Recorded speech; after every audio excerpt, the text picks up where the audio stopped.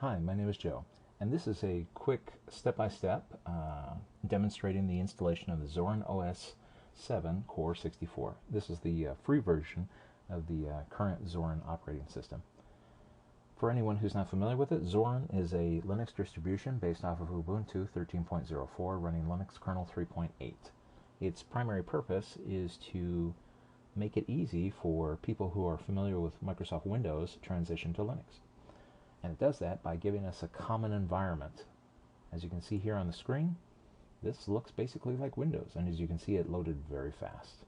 I've just downloaded and run the ISO image that comes off of the Zorin website in order to set this up. Installing Zorin is as easy as simply going over here and clicking Install Zorin.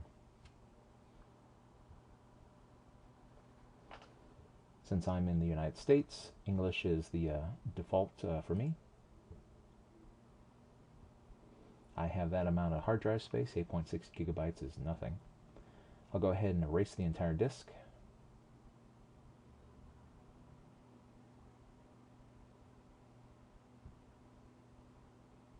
And my time zone is fine. You would go ahead and set whichever time zone you happen to be in. Again, for me, the keyboard layout for English United States is just fine. So I'll just click continue. And then I'm prompted for a name. This is going to be the name for our administrative account. I'll just pick Joe. And then a good administrative password.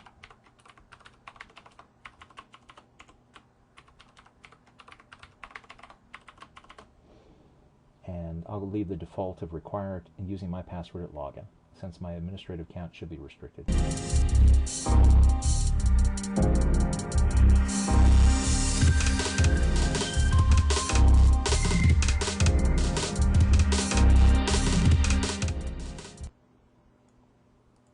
A bit of a welcome show here. It gets a little loud.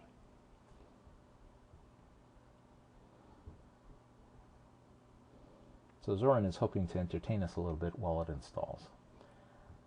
For anyone who's installed one of the other big box, big name operating systems, you know that the installation of an OS normally takes a while.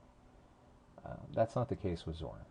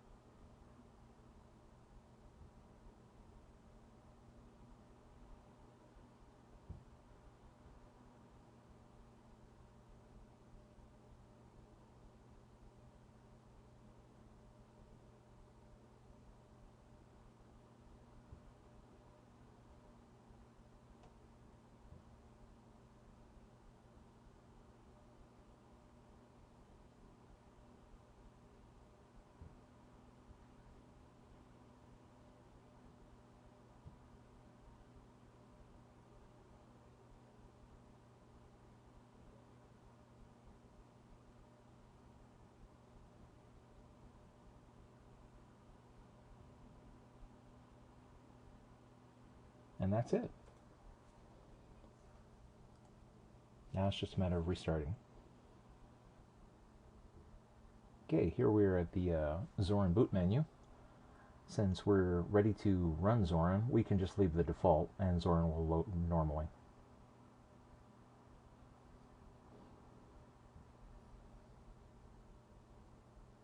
Just like with other operating systems, you have the logo of the vendor.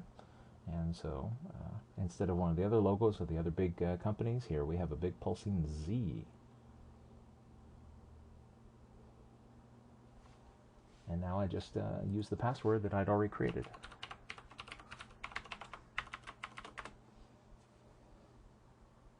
And that's it. Zorin is installed and ready to run. Now, for anyone that is sharing their computer with another person, so if, say for example, this is set up in an office or it's being used by a family, you'd probably want to set up other accounts. You can do that under user accounts. Again, you have to put in the administrator password. Anytime you make a change to the system, that password will be required. Never share it, of course, with anybody. Here we'll just create a standard account. And so say, for example, this computer was going to be in an area that was open and shared by a lot of people, like a kiosk or something like that. We might not want to have a password for the account, so we'll say log in without a password. This account is a standard account rather than an administrator account, so it doesn't have the ability to do anything except run the software that's already installed in the system. It won't be able to install anything new. If for whatever reason you needed to have another account, or you prefer to have an account that is set up to require a password, we can say set password now.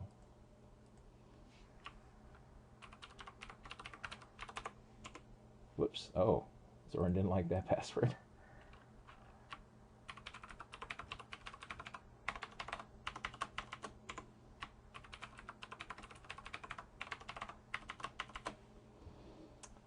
Those are always fun to remember.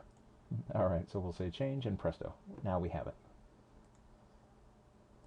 So when I log out of Zorin, these user accounts are now available for use.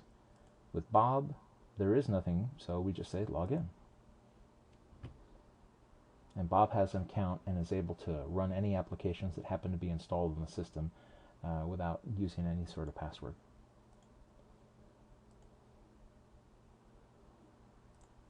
Cindy, on the other hand, is prompted for a password.